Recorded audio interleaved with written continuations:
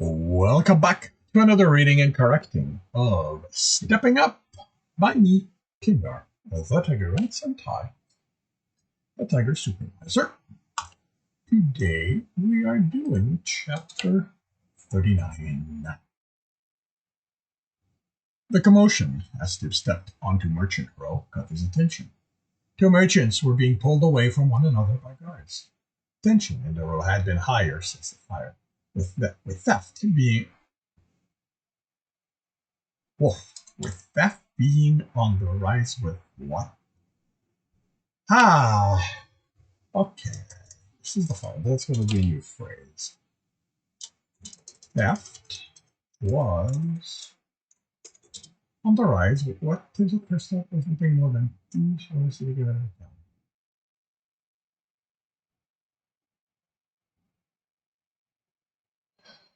Do I need that? This one, do I really need that? Theft was on the rise. What's a rise with what Tips at first thought was nothing more than thieves. Nothing more than thieves from other cities, in town. Because if I am not saying what it really is,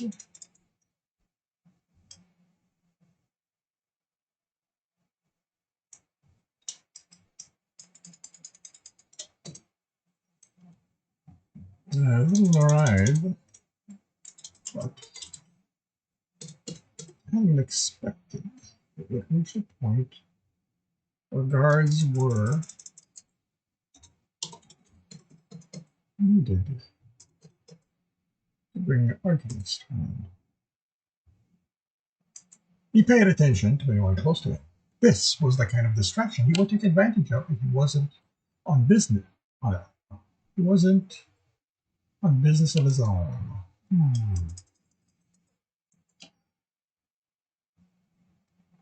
He would take advantage of if he wasn't on business himself. Already. He still, somehow, had an extra silver by the time he reached the shielded rope. I told you I'm not interested.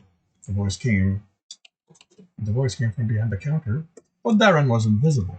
Before Tips called out, the merchant stood and turned to face him. The glare melted away.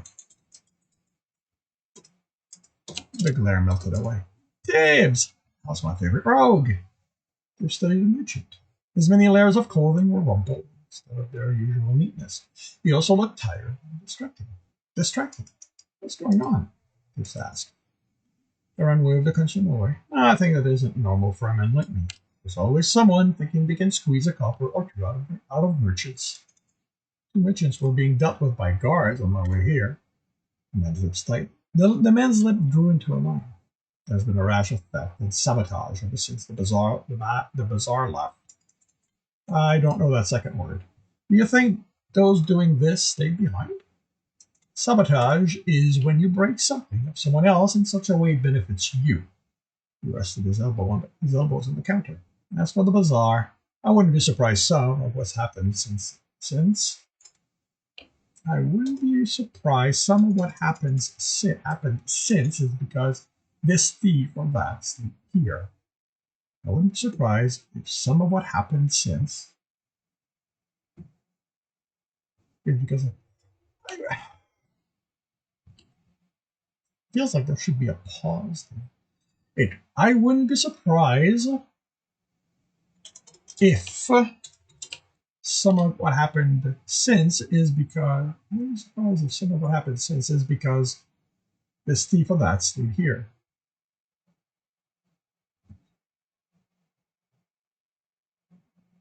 Well, this is interesting because just adding that removes what feels like the need for a pause here. I wouldn't be surprised if some of what happened since is because this thief or that stayed here. Darren hesitated. But with the platform, it's more likely that that's how they're arriving. So there is no need to worry about this becoming worse for the next caravan. When will they be here? It would have to be on the lookout for thieves among them. A few weeks, Dora shrugged, no more than a month. Once the path is worn by the free caravan, it will be more regular. But no worry, they will come. Dungeon towns have too much money for them to stay away. Good, honest, and, his expression darkened, not so honest. The merchant shook himself. But you didn't come here to listen to me complain. How can I help you? Pointed to the bracers. I see the dungeon is getting better armor now. Yeah. Tibs ran a hand over it, embarrassed. I didn't expect Darren to be able to tell. Sorry. The merchant laughed. That's one benefit of being a runner. That would be capitalized. You will get gear none of us sell yet. Magical? Tibs hesitated, then nodded. It made for a better reason for him to use them over the set Darren sold him. And since the merchant couldn't see assets, he couldn't tell that they didn't seem magical to anyone who could. Good. Take advantage of what the dungeon gives you. Sometimes, using it will be worth more than the coins I can give you. Now, what brought you to me on this fine day? The merchant was purposely bringing the conversation back to Tibs, and that he could tell showed Darren was distracted. Normally, he could steer conversation anywhere he wanted without bringing attention to that. It had to be troubles. It had to be the troubles the row was having. Tibs considered asking. It had to be the troubles plaguing the row.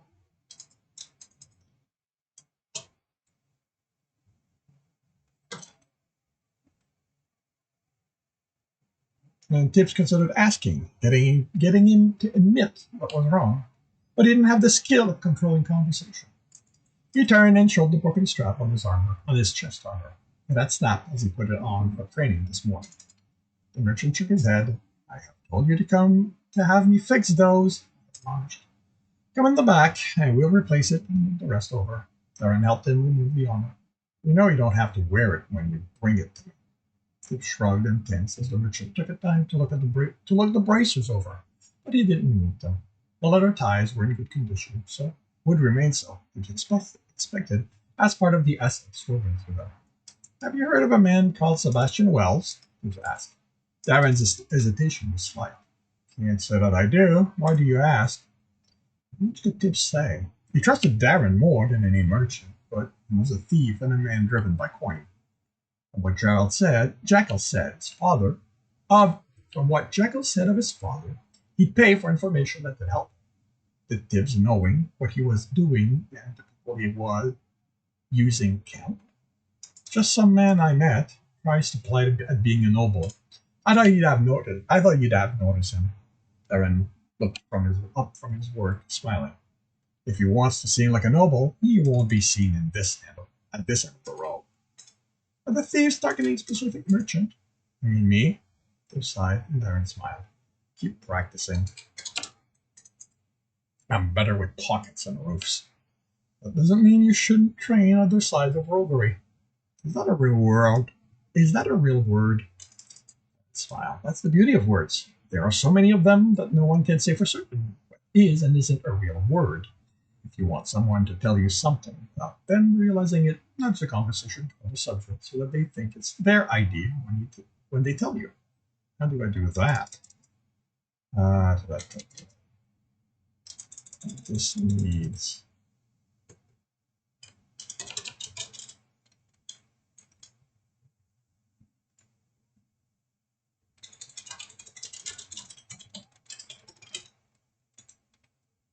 This is a transition.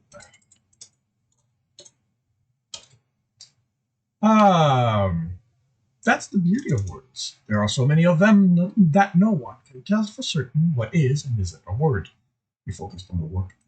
If you want someone to tell you something without them realizing it, nudge the conversation toward the subject so that they think it's their idea when they tell you. How do I do that? That will depend on the person. I prefer just asking the questions. That usually works. You have Richard was silent as he reattached the strap. An aura around you that makes most feel comfortable. You look young, and people believe children are innocent. It causes them to lower their guard. Your forthrightness can also be disarming in certain cases. So many people will step around the pot for a long time before adding the ingredients. Like you? Like me indeed. Tibs watched her run work for a few minutes. He studied the scratches on another strap, then tested it,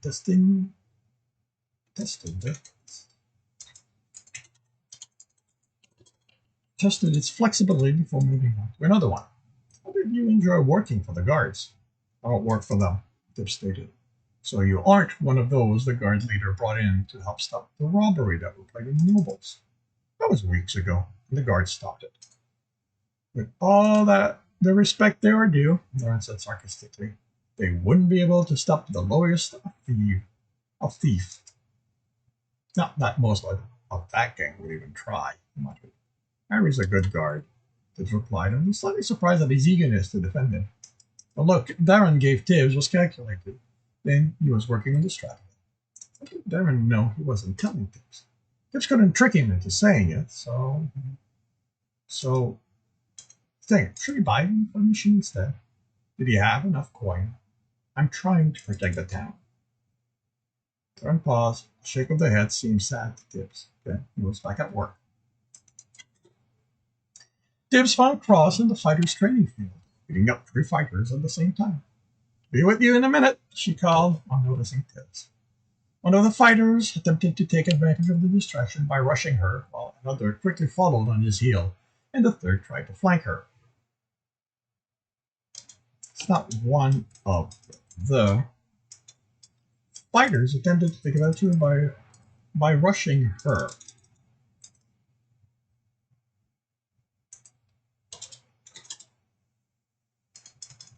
The second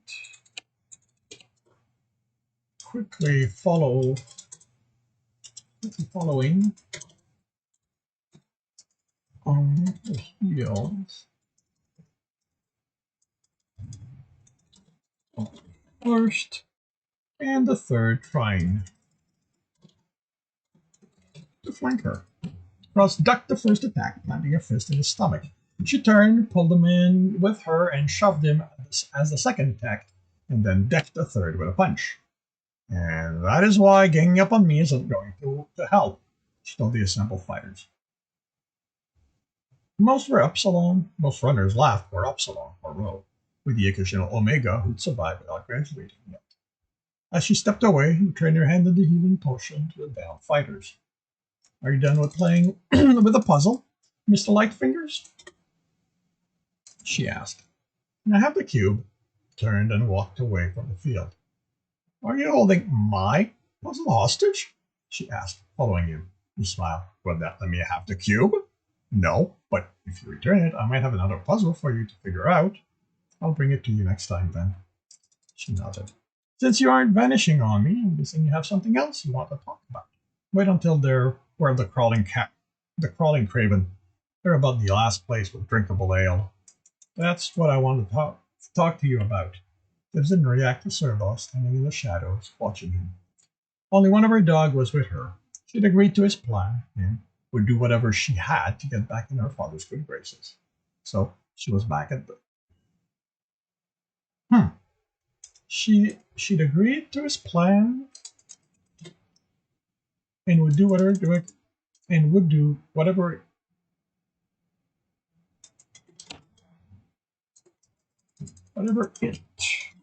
took to get back in her father's good graces. She was back in the green and black, and it seemed part of what she had to do was spy on him. Ale? Wells asked. The lack of it.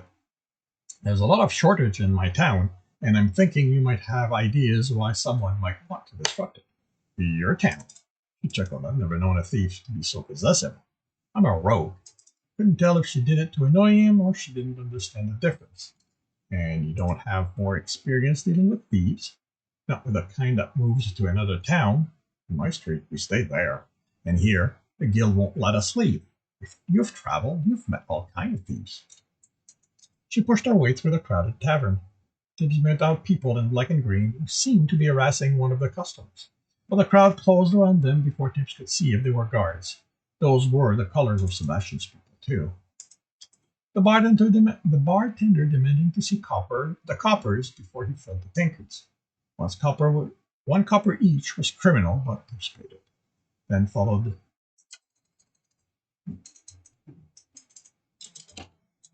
paid it and followed across to a table that cleared as she approached. He noticed more green and black, and those were clearly guards. They weren't causing trouble. So, you want to know why someone would move to a town? She sat and leaned back until the chair was on two legs and her back against the wall. I can't tell you why a thief would do it, but I can tell you why merchants would, because it's a new market. But a merchant wouldn't cause all this trouble. She smiled before taking a sip of her ale.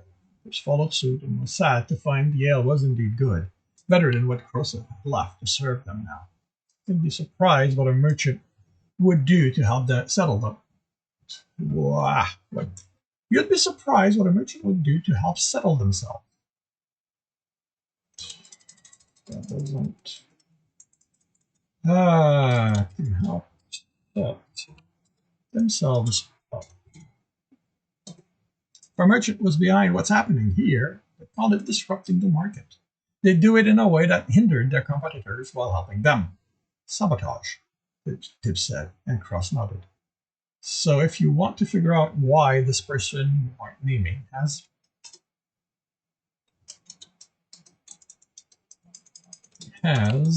moved here, look at who is the disruption or hurting and how they're helping it. Concerning the merchants, Tibs answered, the town. She raised an eyebrow and took a slow and long drink of her ale. Tibs looked at his tankard, then around the tavern. Not every merchant is suffering, only most. But she isn't doing this, Tibs said. I don't know her well, but I don't think she'd worry about how well or badly the other taverns are doing. And she wouldn't care about the rest of the merchants. Where are you from? Ross asked. Small or large city? Street.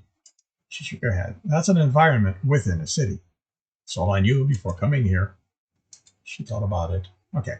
The mistake you're making is thinking the tavern owner arranged what's happening. Only you know there's someone else behind it, right? You know who it is. Cross shrugged. Doesn't matter if I do or don't. I will tell you I am not involved, and you're going to have to decide if you believe me or not. Tibs nodded. You wanted to believe her. She'd arrived before Sebastian showed up. But the guard who answered to him, one of Harry's trusted sub-leader, had also been here for a long time before. She hadn't done anything over town, but you'd still have to be careful of what he told her. So, why is she making money when so many other taverns owner aren't? She asked. Are any other tavern owner making money? If so, why them too? Maybe they're just better at protecting their barrels. That's possible. Her tinkered as she took a sip, almost hid her smile. Rubbed his temple.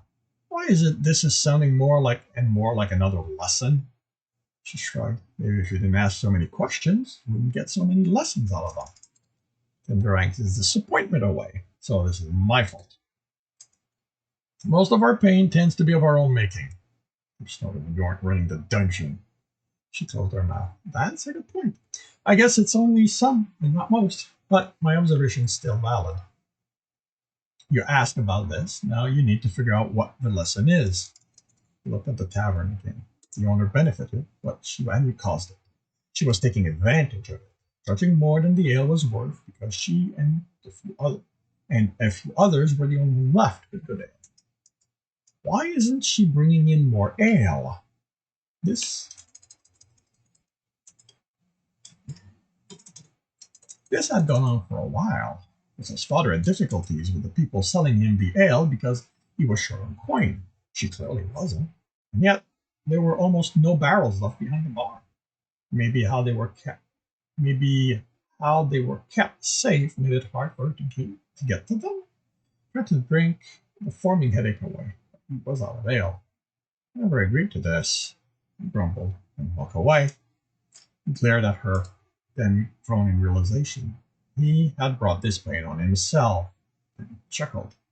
Not the reaction I was expecting after what sounded pained. Just realizing that I've been complaining about Harry asking for my help, about how hard figuring out what's going on is, but I decided to take this on. If Harry hadn't asked me, I probably would have dealt with that thief once I realized what he was doing hurt my town. As I said, just walk away.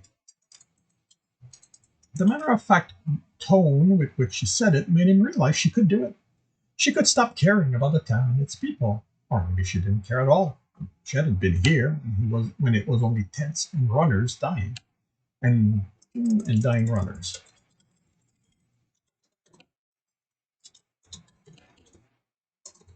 She hadn't seen the town grow. The merchants arrived. Things improved. Maybe she had a city out there. She held her own. He never had that before. Not even his street lived in his own. He just survived it. This was his town. Stowe was his dungeon. This was his pain.